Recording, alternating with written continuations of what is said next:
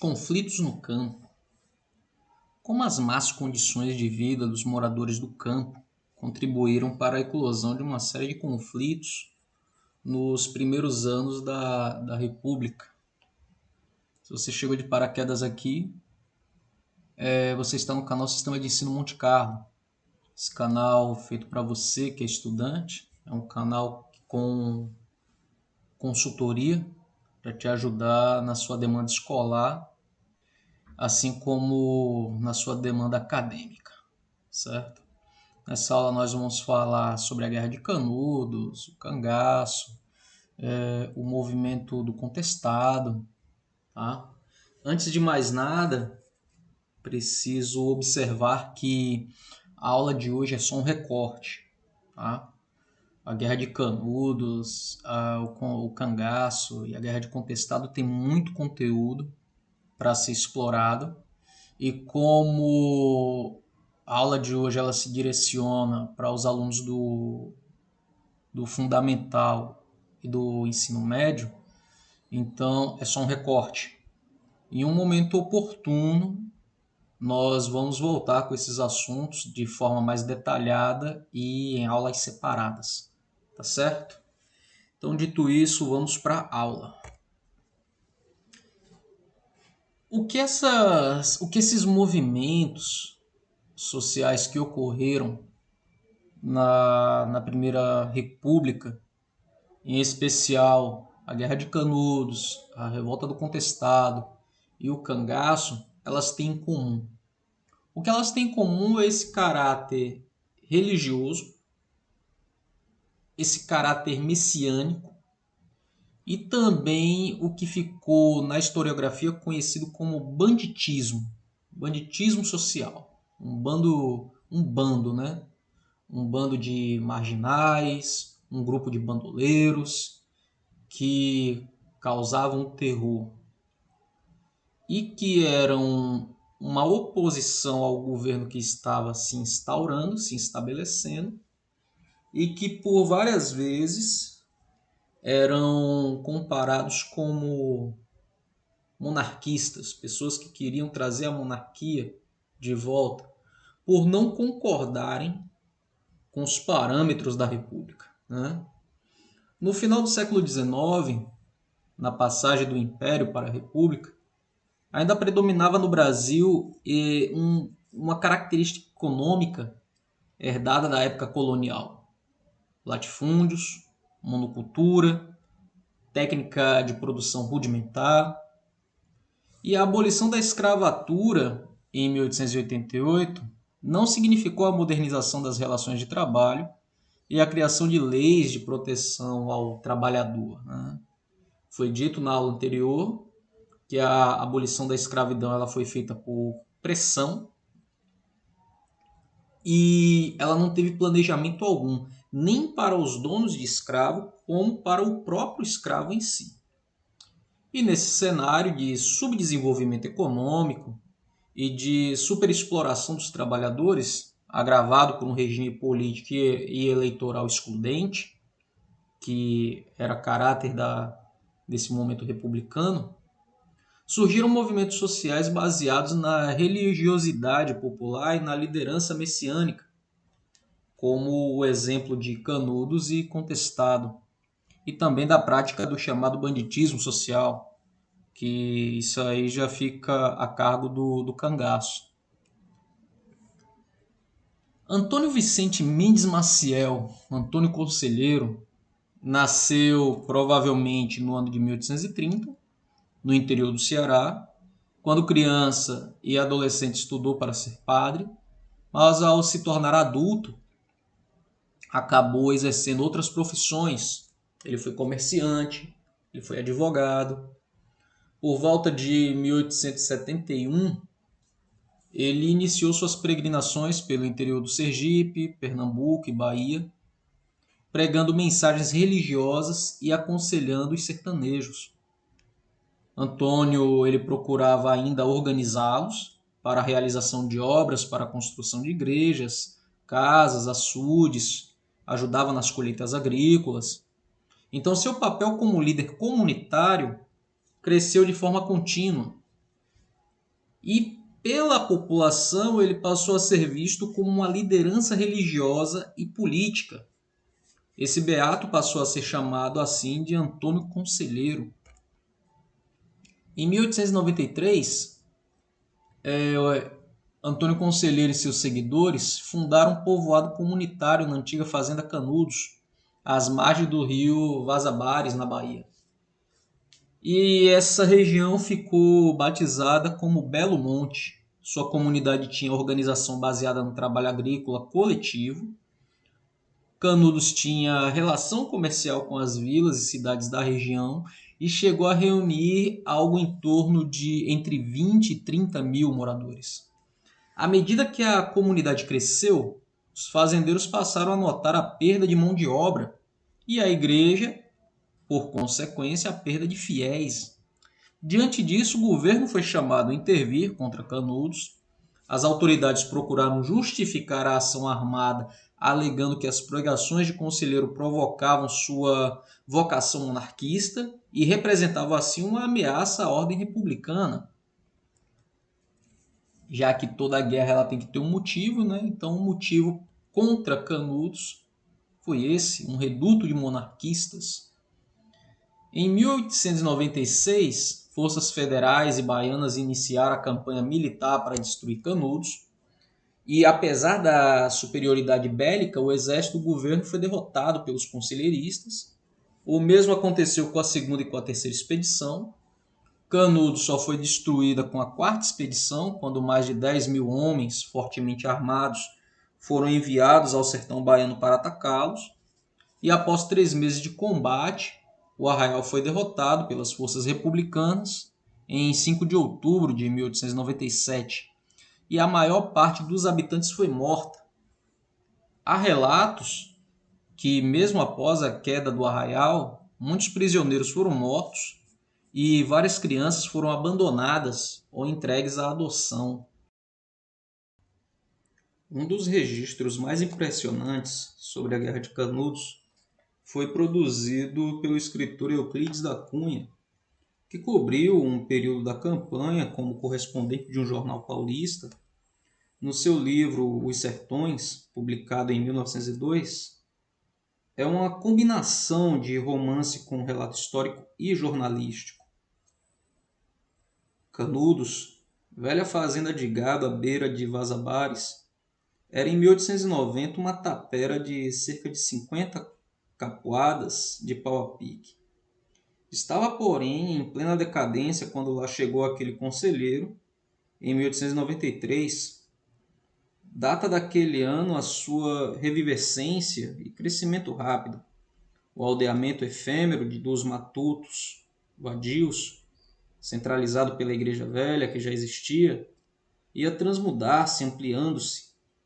Não surpreende que para lá convergissem, partindo de todos os pontos, turmas sucessivas de povoadores convergentes das vilas e povoados mais remotos. O arraial crescia vertiginosamente, coalhando as colinas. O povoado novo surgia dentro de algumas semanas, já feito ruínas. Nascia velho, visto de longe, tinha um aspecto perfeito de uma cidade cujo solo houvesse sido sacudido e brutalmente dobrado por um terremoto. A Guerra do Contestado, ela ocorreu entre 1912 e 1916, foi a maior guerra civil ocorrida no Brasil republicano. Essa rebelião que marcou a Primeira República ocorreu no sul do país, em uma região disputada judicialmente entre os estados do Paraná e Santa Catarina. Dessa disputa originou-se o nome do conflito, a Guerra do Contestado, já que os dois estados eles contestavam a autonomia sobre aquela região. E no início do século XX, muitos agricultores e poiceiros se estabeleceram naquela área, mas ao longo dos anos eles viram seus territórios sendo ocupados por fazendeiros interessados na extração de erva mate, extração de madeira, então pessoas para especulação territorial, para explorar aquela terra. A presença de grandes companhias estrangeiras envolvidas na construção de estrada de ferro também reduzir o espaço das lavouras de subsistência das famílias camponesas. Então, uma população local que estava sendo suprimida, né? Estava sem oportunidade de exercer atividade de sobrevivência. Nesse período, surgiram na região muitos movimentos messiânicos. Um dos pregadores com maior número de adeptos era o monge José Maria. Os seguidores do monge acreditavam que o fim do mundo estava próximo e que a adesão ao movimento significava a salvação da alma. Ao grupo de José Maria uniram-se também operários recrutados para a construção da ferrovia, que tinham sido demitidos e proibidos de viver às margens da estrada. Juntos, trabalhadores, desempregados, caboclos nativos, fiéis do monge José Maria, formaram uma comunidade cujo número de moradores crescia a cada dia. O anseio dessas pessoas por terra, trabalho, melhores condições de vida, associou-se à religiosidade popular, tornando as tensões sociais existentes na região ainda mais explosivas. Em 12 de outubro de 1912, a guerra ela teve início. O monge José Maria e um grupo de fiéis rumaram até a cidade de Irani, situada hoje no estado de Santa Catarina, principal centro de disputa entre os dois estados. E as autoridades paranaenses entenderam que os caboclos tinham sido enviados pelo governo de Santa Catarina e iniciaram uma violenta repressão que culminou com a morte de José Maria. Eles tinham ido lá fazer outra coisa e não guerrear. Mas assim ficou entendido que era um ataque, né? Imagine que em tempos de tamanha, como é que eu posso colocar aqui a palavra? De tamanha desorganização, por assim dizer. E as autoridades veem um grupo de retirantes se aproximar de sua cidade, sendo que essa cidade é alvo de conflito. Então partiram para a guerra sem nem perguntar o que é que eles haviam ido fazer lá. A crença de que o monge ressuscitaria levou ao surgimento das cidades santas, comandadas por meninas que, segundo se acreditava, tinham visões e recebiam instruções diretamente do José Maria, já morto. Inicialmente religioso, o movimento tornou-se cada vez mais político. Os caboclos reivindicavam o direito à terra, ao trabalho, à liberdade religiosa. Estima-se que o exército tinha enviado cerca de 2/3 de seu efetivo para a região e equipado as tropas com canhões e outras armas modernas, além de aviões. Foi a primeira vez que no Brasil foram utilizados aviões com fins bélicos. Então, não estavam para brincadeira, né? Em 1915, o cerco ao movimento intensificou-se, a truculência do Exército Federal, a falta de alimentos, doenças enfraqueceram os rebeldes e provocaram o fim do conflito no ano de 1916, deixando cerca de 20 mil mortos, principalmente os caboclos pobres. Boa parte dos descendentes dos rebeldes do contestado vivem hoje em comunidades espalhadas pelo interior de Santa Catarina.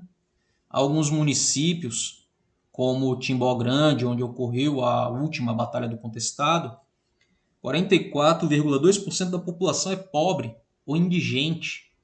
Segundo o censo de 2020, 50% das famílias têm renda per capita de 1/4 de um salário mínimo. Os moradores dessa comunidade dedicam-se principalmente aos cultivos de subsistência e ao trabalho temporário em grandes fazendas ou madeireira. Com medo de perder a oportunidade de trabalho, muitos evitam dizer que são parentes dos caboclos que lutaram no contestado. Vejam você o absurdo. Estamos no século XXI e ainda existe reflexo de preconceito em relação à guerra do contestado, principalmente com a população local e a menos favorecida, né? Além do messianismo, outra forma de expressão das tensões sociais no campo, especialmente no sertão nordestino, foi o cangaço. Esse é o nome que foi dado à ação de bandos armados que, entre os anos de 1870 e 1940, percorriam o sertão nordestino promovendo assaltos atacando fazendas e estabelecimentos comerciais e fugindo da polícia. O mais conhecido dos cangaceiros foi Virgulino Ferreira da Silva, o famoso Lampião, né? Ele nasceu entre 1897 e 1900, em Serra Talhada, no estado do Pernambuco. Ele pertencia a uma família de médios proprietários rurais. Cresceu em um ambiente de violentas disputas entre famílias rivais, algo que era comum nessa época. Famílias donas de terra rivalizavam-se entre elas. E o próprio pai foi morto por se envolver em desavenças, opondo grupos inimigos. Motivado pelo desejo de vingança, Lampião ingressou no cangaço, formou seu próprio bando e o liderou por quase 20 anos. Em 1938, o bando de Lampião foi localizado pela polícia na fazenda Angicos, no sertão de Sergipe. Lampião e sua companheira Maria Bonita e mais 9 cangaceiros foram mortos e decapitados pela polícia. Suas cabeças ficaram expostas no Museu do Nina Rodrigues até o ano de 1968, quando foram enterrados. Na memória popular, construiu-se uma visão romantizada de Lampião e de seu bando, que passaram a ser vistos como símbolos de um ideal de justiça social que roubavam dos ricos para dar aos pobres. A força do mito no imaginário coletivo tendeu a apagar a violência e os interesses particulares que moviam os grupos. Os cangaceiros promoviam assaltos, promoviam sequestros, executavam pessoas com o objetivo de manter o grupo. As suas ações, portanto, não tinham como objetivo a buscar a igualdade social. Porém, ao mesmo tempo, não podemos considerá-los apenas como bandidos comuns. O cangaço foi, de certa forma, uma expressão de conflito social que era contra a miséria e a concentração da propriedade rural no sertão nordestino. Tá? Finalizando mais uma videoaula, dúvidas e sugestões, deixe aí nos comentários. Se você ainda não é inscrito no canal, por favor, deixe seu like, se inscreva, não lhe custa nada. É uma forma de você motivar aqui o nosso trabalho de utilidade pública. Sistema de Ensino Monte Carlo, um canal feito para você que pensa diferente.